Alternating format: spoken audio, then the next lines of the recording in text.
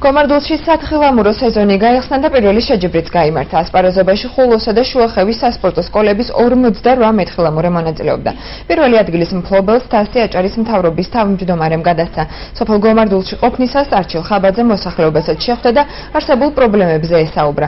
რეგიონის პირველმა პირმა ადგილობრივებთან დიდ თოვლობით გამოწვეული ხარვეზების მოგვარებაზე ისაუბრა და უშუქობის მიზეზები განმარტა. დაპირების მიხედვით ენერგომომარაგება 25 დეკემბრისთვის ყველა მუნიციპალიტეტში უნდა აღდგეს ინფორმაციას აჭარის მთავრობის პრესამსახური արձელებს. ძალიან პრინციპული იყო ამ ღონისძიების გახსნა, სპორტული შეჯიბრების და სეზონის გახსნა.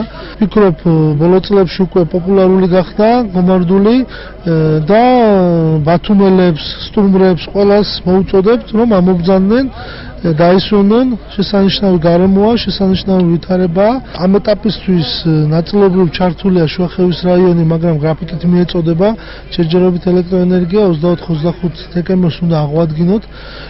თითქმის ყველა გზა თემების მიმართულებით გახსნილია.